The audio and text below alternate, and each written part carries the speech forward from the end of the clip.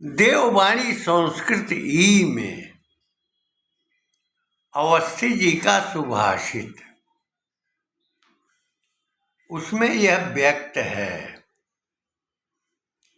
कि परिभाषा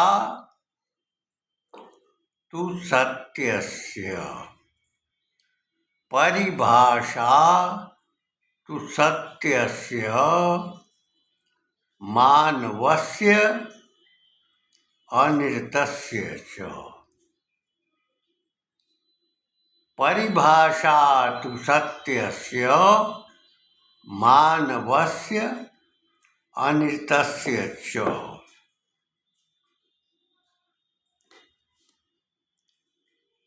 संयोगेन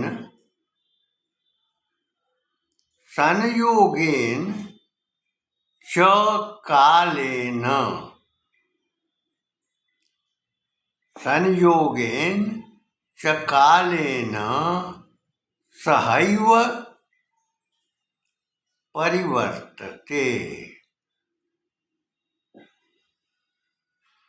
संयोग और कालक्रम के अनुसार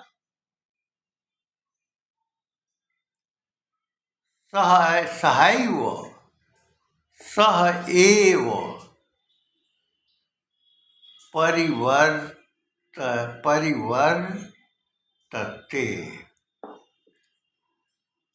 परिवर्तित हो जाते हैं।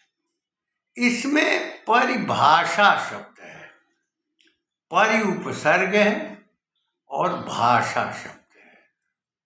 भाषा का बोध भाषण से होता है।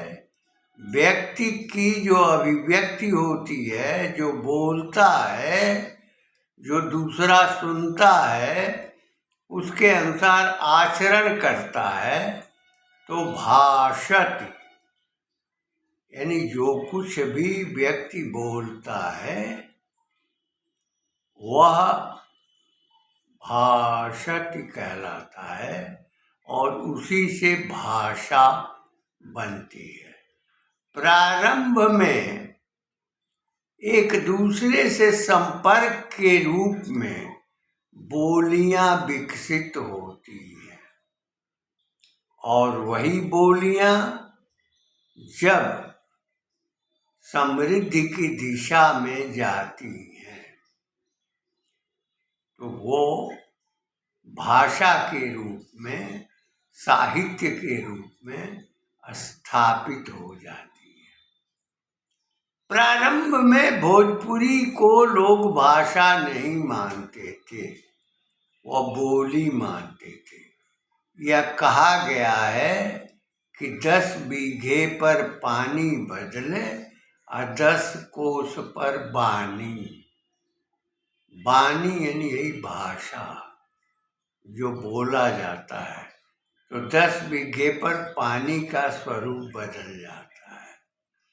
पानी की गहराई, पानी की ऊंचाई, कहीं पर 30 फुट पर ही पानी निकल जाता है और कहीं पर 100 फीट के ऊपर जाने पर पानी मिलता है और पानी का रंग रूप भी बदल जाता है।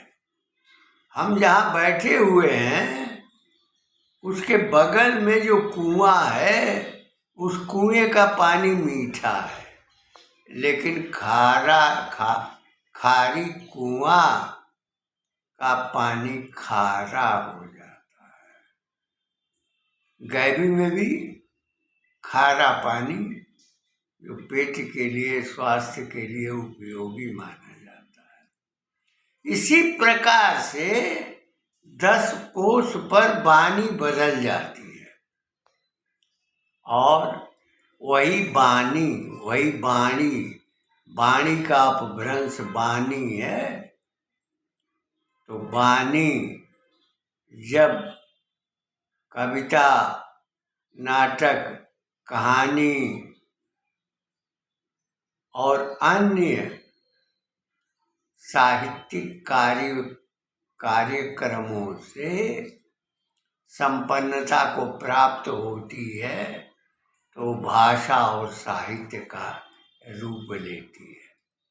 यहाँ प्रश्न है परिभाषा का। परिभाषा क्या है? प्रारंभिक काल में तो अर्थ प्रयुक्त होता था। इसका अर्थ क्या है, इसका उद्देश्य क्या है, इस प्रकार शब्द की व्याख्या की जाती थी। जो संत कवि हो चुके हैं वे सतगुरु के संबंध में अपने अपने विचार व्यक्त करते हैं, उदाहरण भी देते हैं। गुरु गोविंद दो खड़े काको लागू पाए, बलिहारी गुरु आपने गोविंदियो बताए। इस प्रकार सतगुरु जो परमात्मा है, जो ब्रह्म है, जो परमेश्वर है, उसके संबंध में, उसकी व्याख्या के संबंध में अनेक विचार लोगों के होते हैं और अपने अपने ढंग से उनको परिभाषित करते हैं।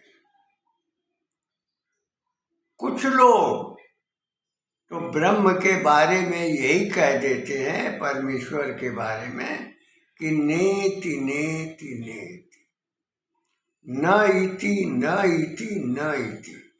आप किसी भी प्रकार से समझाने का प्रयास कीजिए, लेकिन वो यही कहेंगे कि ऐसा नहीं है, ऐसा नहीं है, ऐसा नहीं है। गोस्वामी तुलसीदास तो ये कहते हैं कि जान ही तुम ही हो जाई। वे अपनी भाषा में जो परमात्मा है, परमेश्वर है, सतगुरु है, ईश्वर है, ब्रह्म के रूप हैं, आकार हैं, प्रकार हैं, उसके संबंध में यही निर्णय दे देते हैं कि जाने तुम ही हो जाए। परिभाषा अन्य विषयों की होती है और सत्य की भी परिभाषा करने का प्रयास किया गया। अंग्रेजी में डेफिनेशन होता है, डिफाइन करना।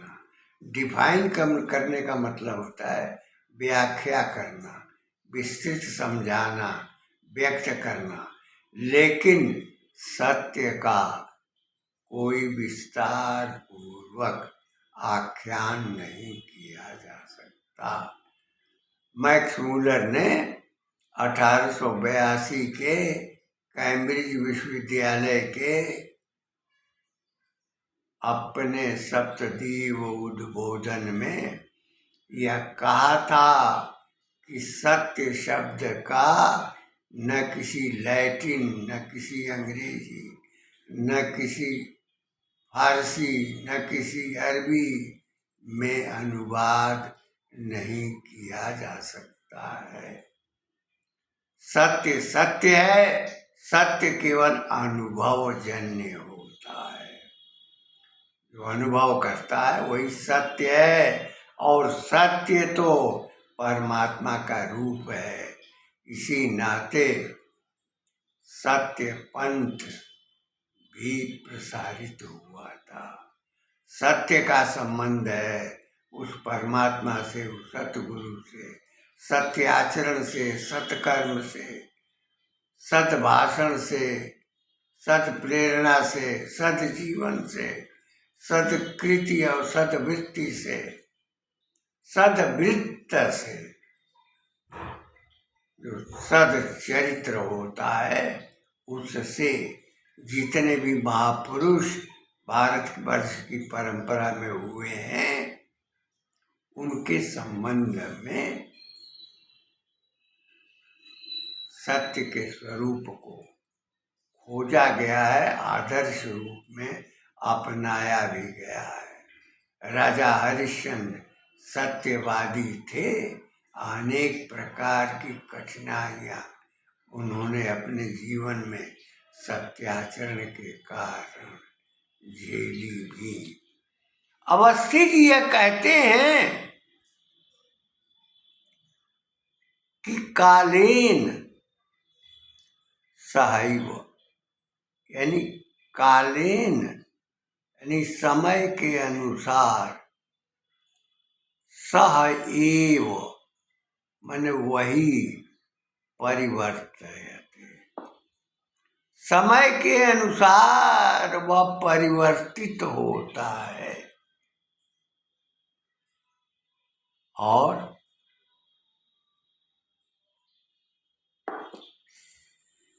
समय के अनुसार वह परिवर्तित होता है, यानी जो परिभाषा है वह निश्चय ही परिभाषा तु सत्यस्य, यानी सत्य की परिभाषा मानवस्य यानी मनुष्य के अनितस्य च, मनुष्य की झूठी प्रकृति के अनुसार सत्य की परिभाषा बनाई जाती है।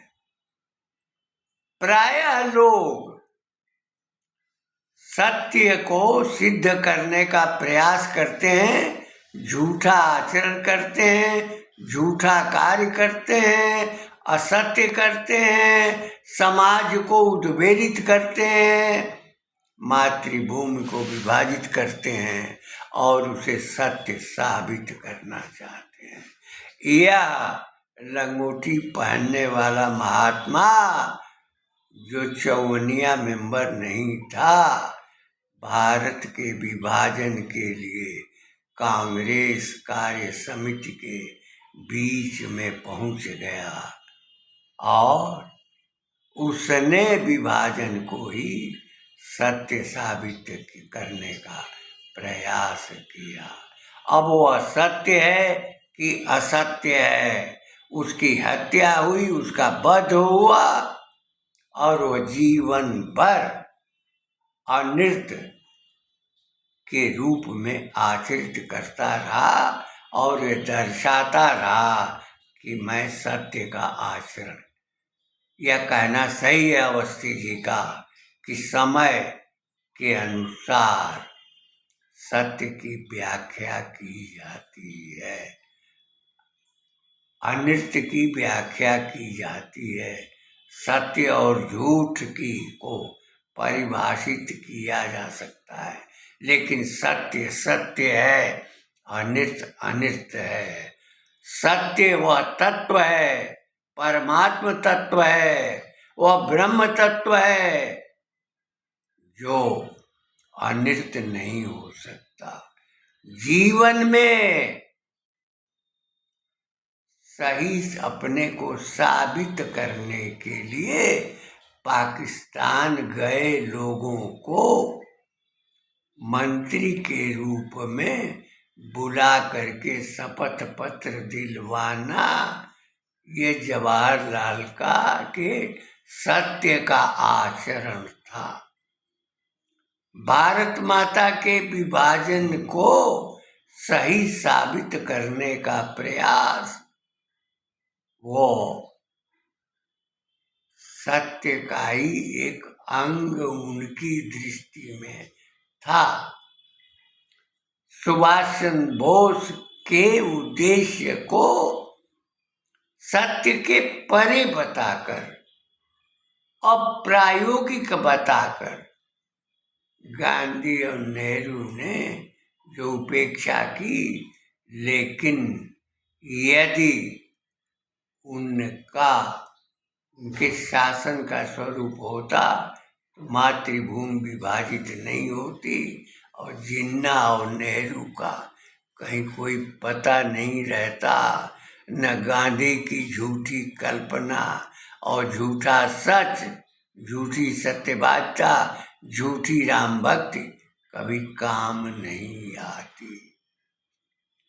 समाज के प्रत्येक क्षेत्र में जो झूठ बोलते हैं, सही साबित करने का प्रयास करते हैं, सत्य साबित करने का प्रयास करते हैं, लेकिन सत्य सत्य होता है, अनृत अनृत होता है, झूठ झूठ होता है और झूठ के कारण समाज दूषित होता है।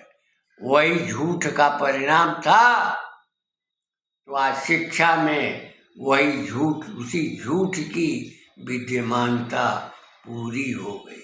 75 वर्षों के कालखंड में झूठ सिखाया गया। अधिवक्ताओं को न्यायालयों में झूठी बहस करनी पड़ी। जो गलत है उसको सही सिद्ध करने का प्रयास किया गया।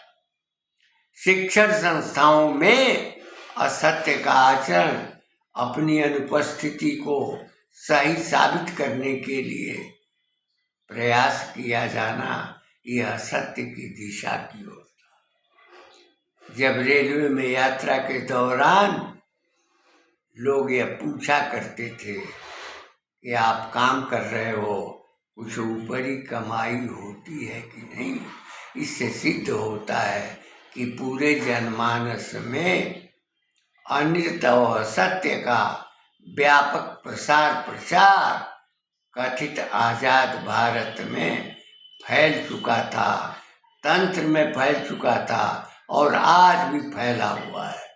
जो प्राथमिक शिक्षा पूरी सत्यनिष्ठा में थी प्रारंभिक काल में, उस कालखंड के जो अध्यापक थे, जो 1930 और 35 के थे, उनके भीतर सदप्रेम, सदप्रेरणा, सत्य, सत्यनिष्ठा विद्यमान थी। इस नाते छात्रों के भीतर वह ज्ञान देते थे, सत्य को प्रमुखता दी जाती थी। मैक्स मुलर तो यहाँ तक कहता है कि भारत सत्य देखना है तो भारत के गांव में देखो। मुझे याद है चकबंदी का समय, कोई झूठ बोलने वाला गांव में नहीं रहता था, भले ही वह जमीन कोई और जोत रहा हो, लेकिन वह कहने का साहस उसके पास नहीं होता था कि कागज पर मेरा नाम है। जनपद न्यायालय में जाने वाले ही झूठ और झूठ सिखाने वाले अधिवक्ता, झूठ सिखाने वाले पैरोकार, झूठ सिखाने वाले मुकदमेबाज, अब आज पूरा समाज झूठ के धरातल पर विद्यमान है। इसकी देन है ये गांधी और नेहरू, उनकी योजना, क्योंकि दोनों ही अधिवक्ता थे और अधिवक्ता मूल रूप में जो विलायत में, न्यायालय में जो वहाँ झूठ बोला करते थे, गलत बात को भी प्रमाणित करने की चेष्टा करते थे, तो जिसके बाप ने झूठ बोला हो, जिसके परदादा ने झूठ बोला हो, जिसके नरदादा ने झूठ बोला हो, जो मुगलों की सेवा में सदैव निरत रहा हो, असत्य के आचरण पर जिसका जीवन रहा हो, वह पूरे भारतीय परिवेश में उसने असत्य का, अनृत का बीज बोया और वही अनृत, वही झूठ सत्य साबित करने का लोग प्रयास करते हैं। आज के परिवेश में भी ये स्पष्ट दिखाई पड़ रहा है। ये कपिल सिब्बल, अभिषेक मनु सिंघवी झूठ बोलते हैं और झूठ बोल करके जमानत कराते हैं, राष्ट्र के साथ विश्वासघात करते हैं। जितने भी अधिवक्ता इस कोर्ट के हैं, वे, उनके भीतर ईमानदारी, नैतिकता नहीं है, केवल झूठ है। न्यायालयों में झूठ, तंत्र में झूठ, शिक्षण संस्थाओं में झूठ, सामाजिक परिवेश में झूठ, प्रत्येक योजना, प्रत्येक विभाग में झूठ, झूठ झूठ झूठ, झूठ की खेती, झूठ बोलना, झूठा ही चना, झूठ चबेना, इसी का आचरण पूरे समाज में। यह कहना सही है अवस्थी जी का कि परिभाषा तो सत्यस्य, यानी सत्य की निश्चय ही परिभाषा यह हो गई है कि मानवस्य मानवस्य मानवस्यान्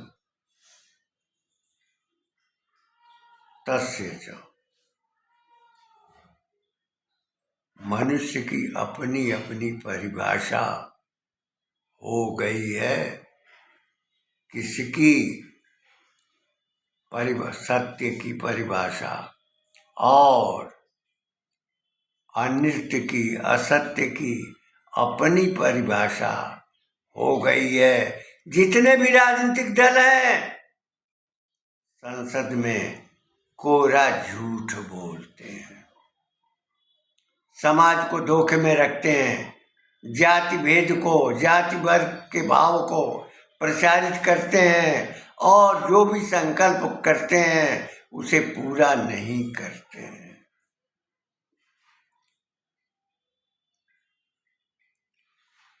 संयोगेन च, और संयोग से, कालेन यानी समय के अनुसार, सहैव यानी साथ में ही, परिवर्तते साथ में ही परिवर्तित हो जाते हैं। हमने नहीं कहा था, हमने ये नहीं किया था, हम ये नहीं बोले थे, यह झूठ का आचरण करना। जिस कालखंड के प्राथमिक शिक्षा में निदेशक हैं और जिन नीतियों का कार्यान्वयन कर रहे हैं वे उसी कालखंड के हैं जिस कालखंड में सत्य और अनित्य अपने ढंग से व्याख्या की जाती रही। सत्य को झूठ बनाना, झूठ को सत्य बनाना। कबीर ने कहा है कि सांच बराबर तप नहीं, झूठ बराबर पाप। लेकिन कथित आजाद भारत में झूठ बराबर सच नहीं, असत्य बराबर सच बराबर पाप, यह परिभाषित हो गया। जिसके भीतर समाज के निचले स्तर के लोगों में झूठ बोलने की प्रकृति नहीं थी।